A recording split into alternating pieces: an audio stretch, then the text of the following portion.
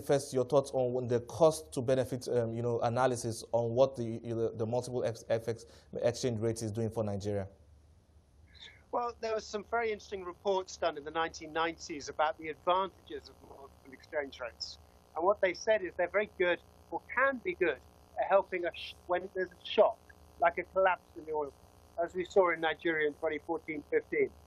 But after a few years, they begin to lose that advantage, and they begin to carry costs. And the costs are, in part, deterring foreign investors, because foreign investors find it difficult to understand multiple exchange rates. That's particularly true of foreign direct investors. And Nigeria is not getting much foreign direct investment at the moment. It just got $2 billion last year versus $3.5 billion in Ghana. Ghana got 10 times more FDI last year than Nigeria per person. And we think that the multiple exchange rate could be one reason for that. Okay, so you're saying Nigeria is well placed right now to unify the exchange rates this year?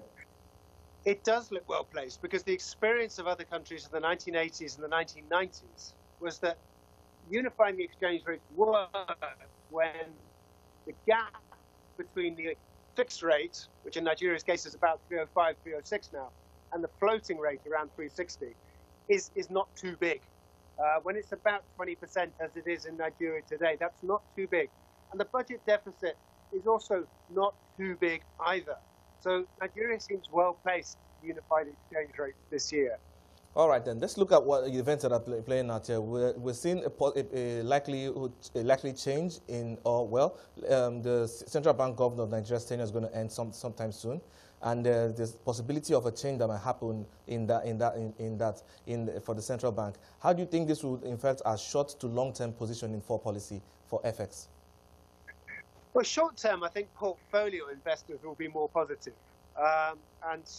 And I think with the oil price going over $70, there's more people now expecting the currency to be stable, the 360 rate to be stable. Over 1 to 2 years, I think this could, if they unify the exchange rates, this could tempt in a little bit more foreign direct investment, and the numbers could start to rise from the very low levels we've seen in the last few years. All right, then I'd like to get your thoughts on the IMF stance on how Nigeria has been managing the currency, though.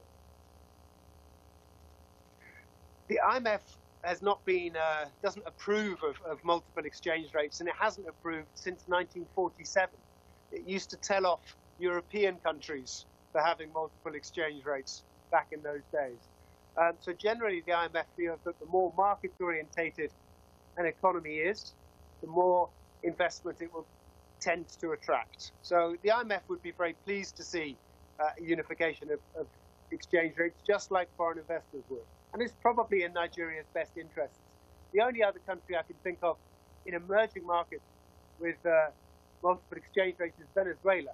And that economy has collapsed in recent years. And Zimbabwe, I guess, is the other one in Africa, and that's not doing very well either.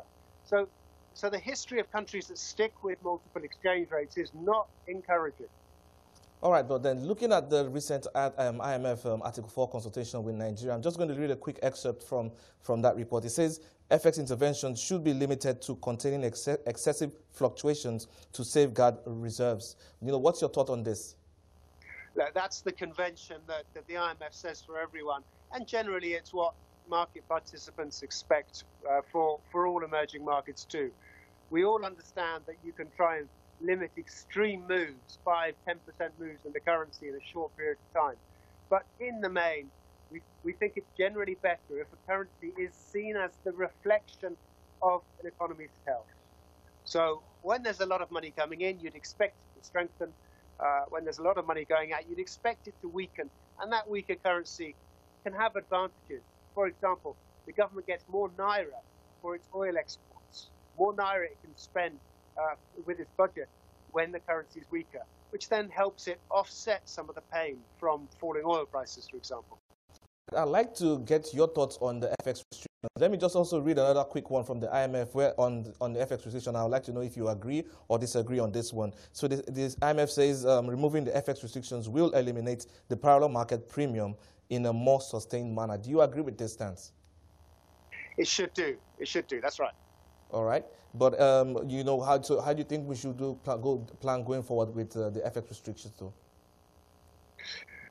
The FX restrictions, I mean, as far as I understand, the central bank is saying that it won't directly supply dollars to those who wish to import for restricted items. It's something like over 750 restricted items in 42 categories. It doesn't seem to stop investors or importers accessing dollars from the floating market, from the banks, from the interbank market. So I would have thought that there shouldn't be much differentiation as a result. The central bank may not want to supply the dollars, but you'd think the market would still supply the dollars. All right, but you've addressed the aspect of the impact on FDI on the multiple rates, but I'd like you to speak on the area, because I see in your report you also mentioned that it can actually force big devaluations. It can force big devaluations in the end, because what tends to happen with multiple exchange rates is that the government in all countries around the world want to keep the fixed rate fixed, but inflation inevitably pushes up the floating rate.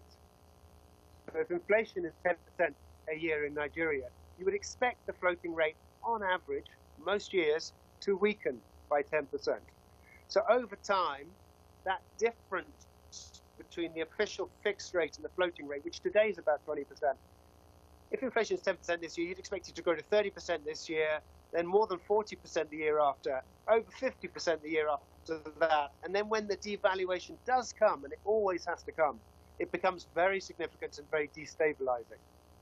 All right, but I also see you're of the view that the multiple exchange rate is used as a tool, you know, as a limited industrial strategy. Yes.